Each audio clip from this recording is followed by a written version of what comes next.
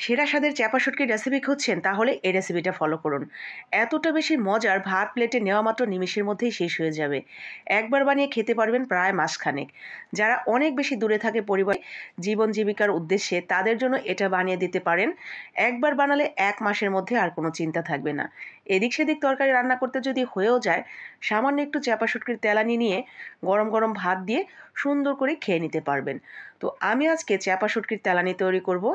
চেপা শুটকি বাজারে ২ ধরনের পাওয়া যায়। একটা পুঁটি মাছের চেপা শুটকি, আরটা হলো আপনার বাঁশপাতা চেপা শুটকি। তো আমি আজকে বাঁশপাতা চেপা শুটকি নিয়েছি এখানে ৳১০০ চেপা। তো ৳১০০ যতটুকু হয়েছে মোটামুটি এখানে ৭ থেকে ৮টা চেপা শুটকির মতো হবে। তো আমি এই শুটকিগুলোকে কিছুক্ষণ গরম পানিতে ভিজিয়ে রেখেছিলাম। এই ধরেন ৫ থেকে ৬ মিনিটের মতো। তো ৫-৬ মিনিটের মধ্যেই কিন্তু এগুলো উপরে যে আঁশটেটা আছে সেটা নরম হয়ে যাবে। এরপরে ৫-৬ মিনিট পরে খুব ভালোভাবে এটাকে পরিষ্কার পরিচ্ছন্ন করে নিতে হবে হাত দিয়ে, পেটের অংশ, মাথার অংশ আর উপরের আঁশগুলো।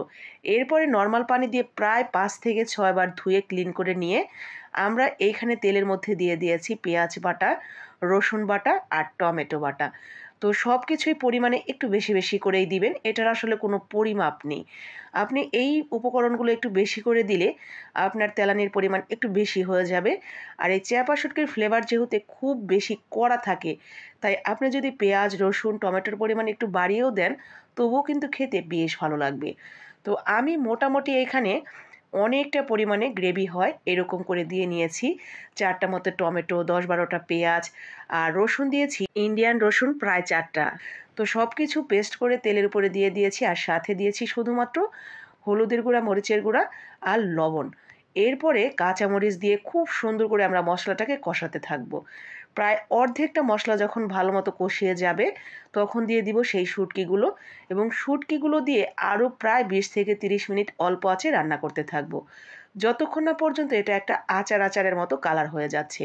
আর হ্যাঁ, এই শুটকি তেলানিটা যারা ১ মাস পর্যন্ত রেখে খেতে চান, তারা তেলের পরিমাণটা আরও কিছুটা বাড়িয়ে দিবেন, যাতে তেলে মোটামুটি ডুবে থাকে।